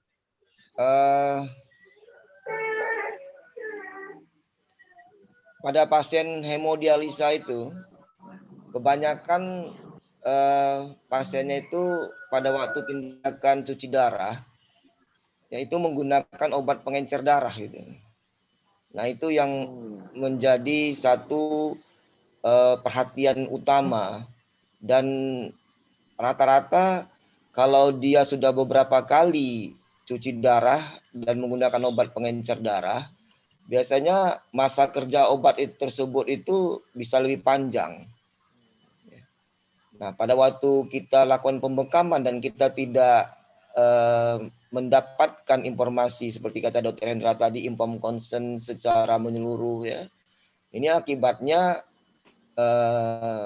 daerah yang kita lakukan titik ataupun pakai sarto tadi itu ya kan perlukaan itu lama akan mengeringnya, dan ini bisa mencetuskan untuk sumber masuknya kuman ya kan ke tubuh kita melalui darah apa itu perlukaan yang lama mengering tersebut gitu. Nah, itu yang menurut saya yang harus menjadi perhatian. Ya setuju bahwasanya titiknya nggak usah terlalu banyak ya. Jadi yang menurut Ana ya, Al-Kahail tadi oke, Al-Khatanul Alawi mungkin itu lebih tepat ya. Jadi kalau kondisinya lebih baik lagi mungkin ya kan Al-Khatanul Sufla ya. Jadi ditambah lagi Al-Khatanul Sufla. Nah, Al-Khatanul Alawi itu ya seperti kita kemarin diskusikan ya, Dr. Hendra juga terlibat tuh. Itu adalah titiknya L1, L2. Nah, mendapatkan L1, L2 itu ya kan para kita semua tuh harus mencari yang namanya SIAS ya kan gitu ya. Jadi mungkin nanti bisa diterangkan aja di apa ya di webnya Dr. Hendra ya kan. Nah, gimana mendapatkan itu supaya itu titik L1, L2 itu lebih tepat dia. Nah, tentang ginjal itu. Iya, ya, jadi L1, L2 tuh setentang dengan ginjal kan. Diperkuat lagi ya kan dengan Al-Khatanul Sufla kan. Jadi 5 titik kalau misalnya kondisi tubuhnya lebih sehat gitu. Ginjal ya kan seperti tadi diterangkan itu fungsinya mengeluarkan racun-racun ekskresi kemudian menyaring filtrasi ya. Nah, bekam ini kalau kita ingat apa yang disampaikan oleh Dr. Agus dan tadi Dr. Hendra juga udah menekankan di situ mengeluarkan cairan intersisial ya kan. Nah, selain cairan ternyata bekam ini juga mengeluarkan darah kotor. Jadi itulah katanya Dr. Agus tuh kalau bekam ini apa Adinda Dr. Hendra adalah ginjal plus ya kan. Yeah. Bekam ini adalah ginjal plus. Ginjal plus. Ya, jadi dia mengeluarkan cairan pada waktu kop pertama dan juga kop yang kedua itu cairan yang dari intersisial. Intersisial itu adalah rongga di luar daripada pembuluh darah. Jadi rongga di tubuh kita ada 3. Di dalam pembuluh darah namanya intravaskular, di luar pembuluh darah namanya interstisial, dan di dalam jaringan atau sel itu yang lebih jauh lagi namanya intraseluler. Nah, cairan yang dari interstisial itu ya kan akan keluar pada waktu kita lakukan kop yang pertama dan yang kedua. Cuma kalau darah itu pada waktu kop yang kedua, tindakan adalah penusukan ya kan ataupun sartoh tersebut. Jadi maka itu bekamnya adalah ginjal plus selain cairan dia juga mengeluarkan daripada darah. Nah, kalau Ana malah berpendapat pada gagal ginjal yang kronik dan kondisi hemodinamik ataupun tekanan darahnya di atas tekanan darah tensi atas 90, kemudian kita mengetahui dia tidak menggunakan obat pengencer darah. Jadi hemodialisanya ada juga dilakukan tanpa menggunakan obat pengencer darah. Ya lakukan saja tindakan bekam tersebut ya kan gitu. Nah, jika ragu-ragu bisa konsultasi dengan Dr. Hendra ataupun yang mohon maaf ya kan dengan medis lah ya harus kita konsultasi karena kita harus mengetahui ya betul-betul tentang tadi itu. Ya bisa saja memang pasiennya sendiri nggak tahu ya bahwasanya selama hemodialisa dia menggunakan obat pengencer darah. Dan tadi Dr. Abdurrahman juga disampaikan kadang dia juga menggunakan ramuan-ramuan. Ramuan-ramuan itu biasanya ya kan karena Anda juga ada menggunakan ramuan. Ramuan-ramuan itu biasanya mengencerkan darah sehingga pada waktu kita memakan obat ramuan itu ya kan itu seperti aliran darah tubuh kita itu lebih terasa gitu karena memang darah itu dibuatnya sedikit lebih encer sehingga oksigen dan nutrisi itu dibawa dengan baik sampai ke jaringan. Mungkin itu tambahan dari saya. Ya, alhamdulillah, jazakallah khair Terima kasih kepada Dr. Kodri yang telah memberikan tambahan. Bagaimana dokter? Kita lanjut atau gimana nih? Sudah lewat waktu? Ya, saya ada lihat beberapa pertanyaan tadi.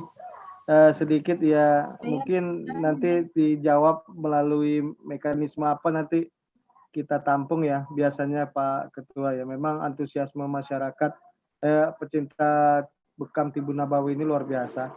Ada pertanyaan-pertanyaan lain yang luar biasa bisa kita jadikan pembelajaran.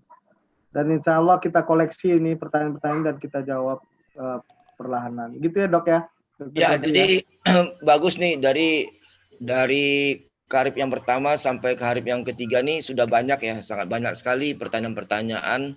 Nanti kalau bisa kita bentuk tim aja dikomandoi oleh bidang diklat untuk kita saling menyempurnakan jawaban-jawaban dari pertanyaan tersebut. Kemudian nanti kita share melalui webnya atau Facebooknya daripada PBI Sumut, dan juga nanti bisa diperkuat oleh webnya daripada Adinda Dr. Hendra ya, seperti begitu. Ya, insya Allah nanti kita tampung juga dalam video-video YouTube yang dibuat oleh PBI Sumut. Demikian ya, Pak Solihin.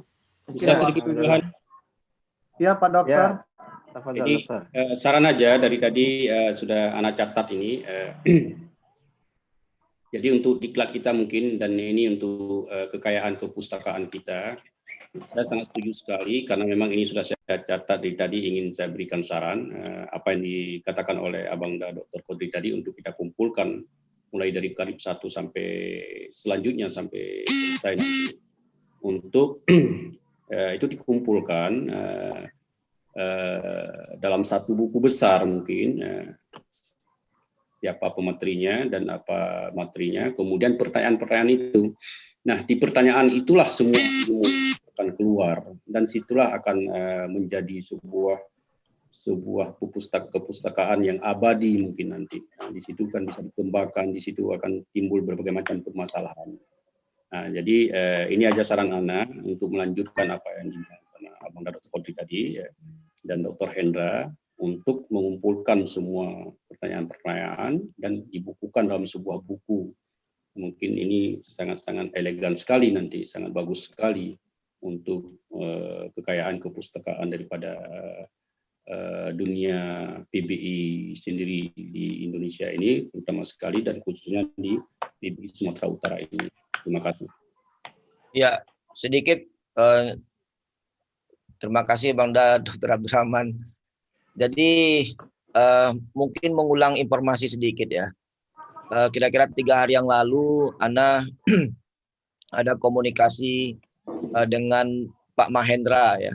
Hampir 15 sampai 20 menit kami komunikasi by phone, terutama menyangkut tentang PP 103.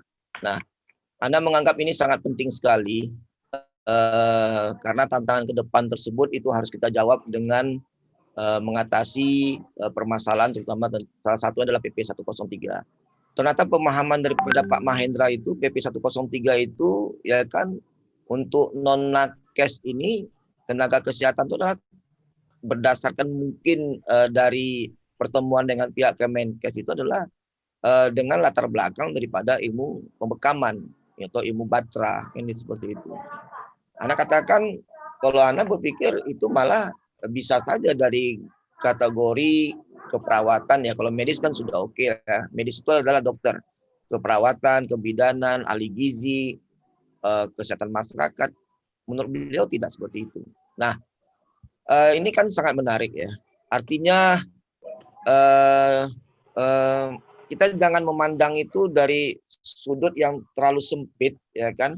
Kita harus melihat itu agak lebih luas, bahwasanya pihak Kemkes juga tidak mau kehilangan daripada terapis-terapis, mohon maaf, pandangan mereka itu bekam ini tradisional ya. Tapi kalau menurut Ana ini suatu yang internasional ya kan gitu.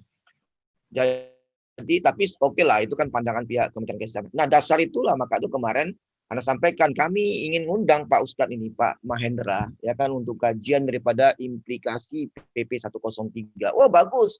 Ya kemarin pun saya udah dihubungi oleh Bu Esti gitu. Nah, dari Pak yang diundang itu adalah Pak Mahendra, Pak Tri yang mewakili pada LKP ya. Bagaimana sebenarnya pandangan PBI untuk PP 103 ini gitu. Karena kalau Anda lihat di Pengda yang lain, di daerah yang lain ya kan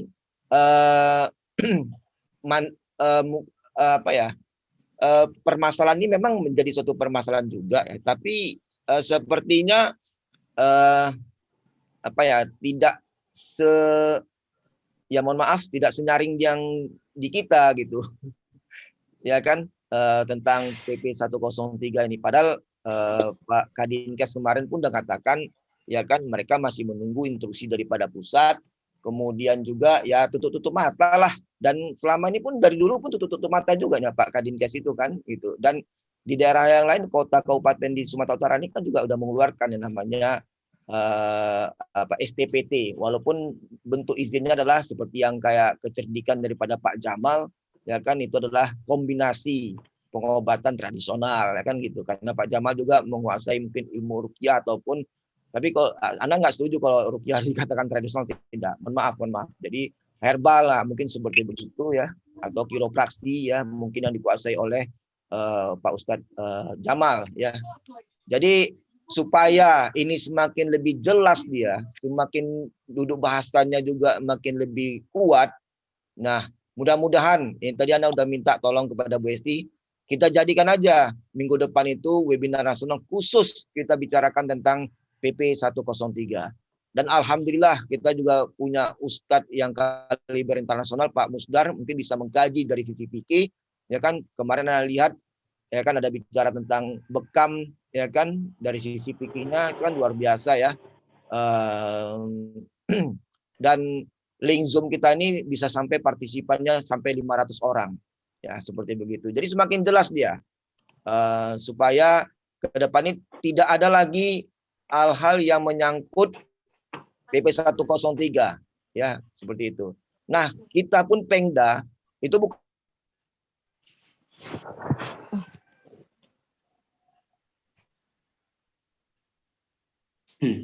hilang suaranya. Hilang. Dr. Kodri. Halo Dr. Kodri.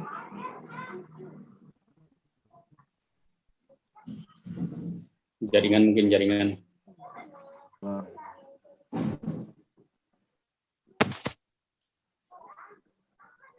Lagi semangat menjelaskan, hilang suaranya.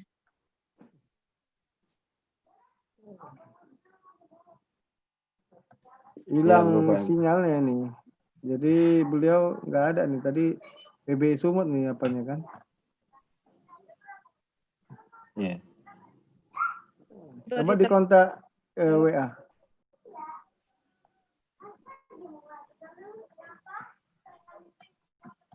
Sedang berusaha masuk lagi.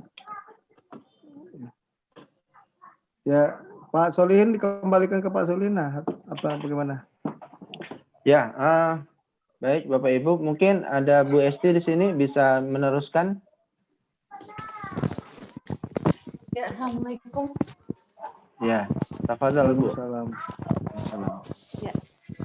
Ya, insya Allah bismillah kita sudah menampung semua masukan terkait keluhan, kemudian juga aspirasi tentang PP 103, dan kita sudah mensyurokkan di Pengda, internal Pengda.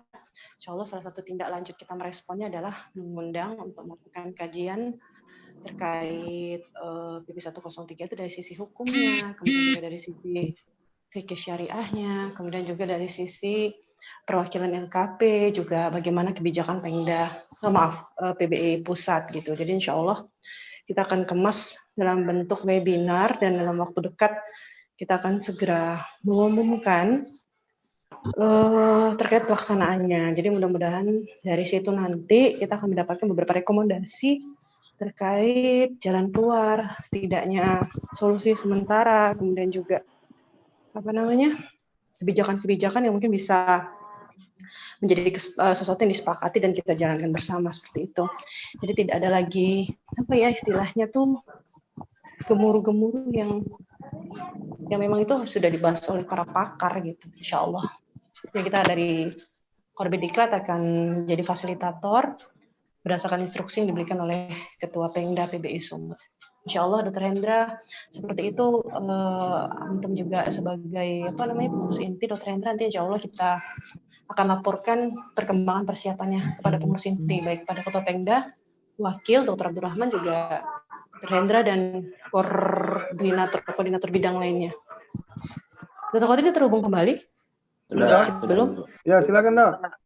Mohon maaf. Ya, jadi jadi putus ya habis baterainya Anda nggak lihat. Jadi bagus sekali tadi yang disampaikan Bu Esti, sedikit tambahkan saja. Jadi kita juga sedang berkomunikasi aktif ya dengan kemarin juga sudah kita sampaikan dengan Dekan FKM UIN, yang nanti Bu Esti juga bisa jelaskan langkah-langkah kita, karena kita juga tidak tinggal diam ya. Mohon maaf sekali, sebenarnya kalau tidak ada, mungkin kita bisa lebih maju lagi ke arah pendidikan, mungkin bisa lebih cepat seperti begitu ya. Jadi kita ini kan Anda udah hitung-hitung sejak awal Februari sampai sekarang ini lebih kurang 8 bulan, dan kita terhambat di corona itu hampir 5,5 bulan seperti gitu. Jadi tapi ini sudah cukup fast lah menurut kita ya gitu ya. Mudah-mudahan ya semua ini bisa terselesaikan, mudah-mudahan. Kalau enggak nanti di periode yang akan datang lah. Ya gitu, usahakan ya akan kita lakukan terus. Silakan Bu Esti. Oke. Sudah. Terima kasih Dok. Iya. Ya, Ibu Esti dulu, Dr. Hendra. Ya. Ya baik. Padahal, Bu.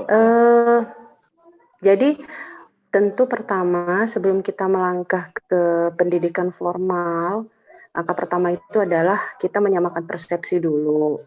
Maka dari itu bentuk webinar lah yang sudah kita pilih, insya Allah webinar ini pun kita sifatnya nanti bukan hanya sekedar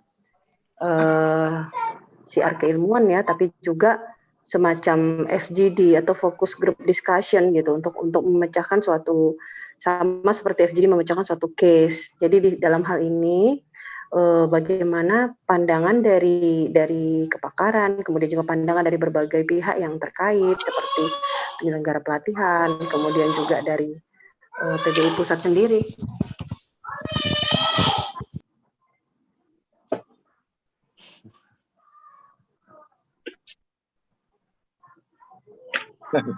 Bapak.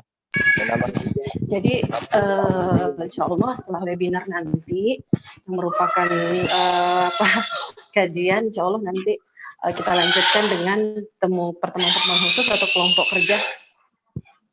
Ya sayang. Oke, ya mungkin udah malam juga kan, minta ditidurin anaknya. Iya. Oke. Iya, jadi insya Allah nanti memang jangka panjangnya, jangka menengahnya itu kita akan membuat kelompok kerja untuk persiapan ke jenjang formal. Jadi insya Allah kita sudah melakukan pendekatan personal kepada para pihak terkait yang mengampu pendidikan. Jadi nanti insya Allah setelah webinar kita akan lanjutkan dengan kelompok kerja yang akan mengerucut menjadi suatu rumusan dari jenjang pendidikan yang formal. Dan kita sudah melakukan pendekatan kepada stakeholder yang mengampu pendidikan. Dr. Khotib juga sudah melakukan berbagai pendekatan insya Allah. Jadi seperti itu langkah-langkahnya nanti akan kita sosialisasikan lebih lanjut seperti itu. Jazakumullah khair. Anda kayaknya izin dulu nih. Oke. Ya, Fadal Bu. Wajar. Ya, Fadal Dr. Hendra, mungkin ada tambahan? Ya nggak ada sih, kalau saya mengingat kita kan udah malam juga. Nanti yang lain lelah, mau tahajud lagi, mau subuh, ya kan?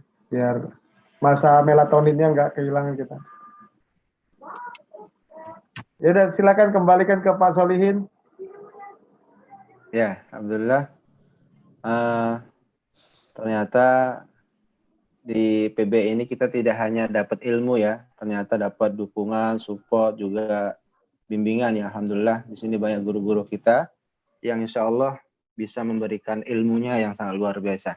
Nah, selanjutnya gimana nih dokter? Kita cukupkan atau gimana? Atau ada tambahan dari Dr. Abdurrahman? Ya, coba kita tanya dulu, izin mohon maaf kepada sahabat-sahabat kita peserta ya kan,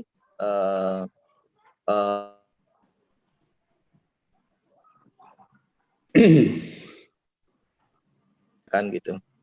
Mohon maaf sekali kalau Anda memang menganggap apa nama itu mohon maaf ya. Mungkin ada yang ingin masih bertanya. Dok, Assalamualaikum. Waalaikumsalam. Dengan saya pun agak kurang bagus ini ya. Bisa didengar, Dok? Bisa, Bu. Dok, kalau usul saya tentang pembahasan 103, waktunya saya minta di hari siang ya, jangan di malam. Kemudian apakah ini, karena memang kan Sumatera Utara terlalu nyaring dengan 103, apakah tidak ada pembatasan dahulu, hanya di anggota PBI Sumatera Utara dulu gitu. Usul sih, Dok. Perkumpulan bekam.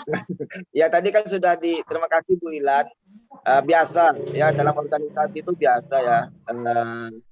Yang penting ada solusi ya kan untuk menyelesaikan permasalahan tersebut ya. Anda sudah sampaikan bahwasanya ini juga terkait dengan kebijakan pusat. Nah, dasar itulah mudah-mudahan minggu depan ya kan mungkin sebagian daripada solusi itu mungkin bisa terjawab pada waktu kita webinar nanti ya. Kita godok dengan baiklah. Ada yang namanya panelisnya mungkin ya kan. Ada yang mengkaji dari sisi ini, dari sisi ini, sehingga ini bisa menjadi masukan kepada PBI nanti pada waktu dia berhadapan dengan Direktur Yan Kestrat ya kan, yang temannya daripada Ustadz Abdurrahman ya, satu letting itu ya. Ya.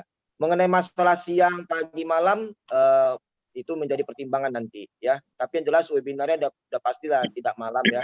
Mungkin mulai jam 9 pagi supaya kita juga bisa meluangkan waktu dengan lebih baik ya.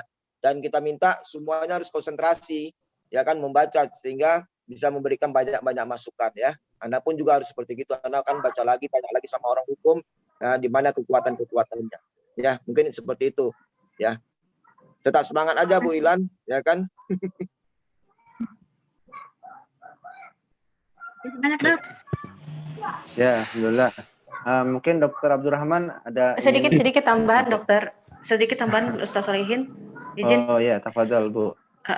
Jadi dari pengalaman kita evaluasi untuk webinar 1, 2, dan 3 memang kita sedikit memang terjadi peningkatan sih jumlah peserta, cuma memang kita ekspektasi kita sih sebenarnya lebih dari itu. Nanti Ana minta tolong untuk bahasan PP 103 karena itu sangat urgent.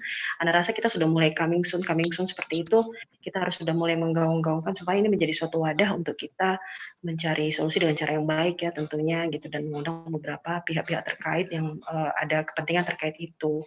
Jadi Ana berharap nanti kerjasama semuanya kita sudah mulai ntar lagi nanti akan kita keluarkan flyer ya, kita juga sedang menggodok konsepnya supaya lebih pas. Dan itu tadi disiarkan gitu supaya pesertanya itu ya lebih dari webinar sebelumnya, karena kan fasilitas yang disediakan Ketua Pengda juga sudah lumayan banyak ya dan sangat support gitu. Jadi sayang kalau misalnya tentang PP 103 ini jumlah kemajuan jumlah pesertanya juga nggak terlalu signifikan kan, sayang gitu. Jadi harus lebih kerjasama kita untuk mensiarkan ini seperti itu. Jazakumullah. Ya, alhamdulillah. Mungkin Dokter Abdurrahman ya, ada yang ingin disampaikan? Nampaknya sudah cukup dulu untuk sementara, Ustaz Solihin. Oh ya, alhamdulillah. Oke, baik. Kita padakan Bang Abdurrahman, mungkin kita minta Adinda Dr. Hendra ya yang menutup. Setuju, Bang? Setuju. Adinda Dr. Hendra tutup ya. Silakan. Terima kasih. Sambil mengingatkan Karib yang selanjutnya. Baik, Assalamualaikum warahmatullahi wabarakatuh. Bapak Ibu yang dimuliakan Allah, telah berakhir tadi sesi Karib yang ketiga, di mana dimoderasi oleh Bapak Ustadz Solihin Samura, Ketua Pengcat Deli Serdang, dan alhamdulillah di acara dibuka oleh Ketua Pengda dan juga didukung oleh Orbit Diklat dan tadi juga dapat materi-materi tambahan dari Pak Abdurrahman dan Dr. Kodri. Jazakallah khair atas semua atensi dan sumbangsi Bapak Ibu semua sehingga terciptanya karib yang ketiga ini, dan semoga ini menjadi amal jariah bagi kita semua. Dan yang utama ilmu yang didapat hari ini tak lepas dari harapan yaitu bisa menjadi ilmu yang bermanfaat bagi kita dan semoga bisa diamalkan. Adapun ada perbedaan-perbedaan pandangan dan pendapat itu lazim adanya di dalam keilmuan. Yang penting kita tetap bergandengan dalam satu bingkai silaturahim PBI, dan nanti insya Allah kita akan menggelar satu webinar besar mengenai ulasan PP 103 dalam aplikasinya yang insya Allah melibatkan narasumber nasional, maka tunggu dan ikuti acara tersebut. Akhirul kalam, kami PBI Sumut mengucapkan ribuan mohon maaf atas segala kekurangan yang kami perbuat dalam pelayanan pelaksanaan kajian rutin ilmiah bekam ini, dan kami mengucapkan terima kasih atas dukungan Bapak Ibu semua yang selalu setia bersama PBI Sumut ikut dalam karib kajian rutin ilmu bekam. Semoga sukses juga untuk semua Pengda Pengcap PBI se-Indonesia. Wabillahi taufik wal hidayah. Assalamualaikum warahmatullahi wabarakatuh. Waalaikumsalam. Foto bersama enggak, Pak Solihin? Waalaikumsalam warahmatullahi wabarakatuh. Pak Solin bisa foto sebentar. Pak Solin bisa foto. Pas. Enggak usah. Gimana, Dok? Foto bersama. Iya, di foto aja. Dibuka. Oh iya. Nah, foto aja gitu untuk dokumentasi kita. Saya foto Ya, ini. ya, Dok. Saya foto ini bentar. Nah, foto, Mas. Ayo pasang wajah, jangan sembunyi di video. Mau difoto ini. Umi ini kalau belum tidur silakan. Oke, sebentar. Senyum ya. Iya. Insyaallah. Kira sampai 100. Oke, sudah dokter. Jazakallah Oke, khair. Ya. Oke, lab ya. Terima Oke, kasih Lef. kepada Ya, terima kasih Ketua. Ya, jazakumullah semuanya, Ya, jazakumullah. teman-teman semua. Ya, semuanya.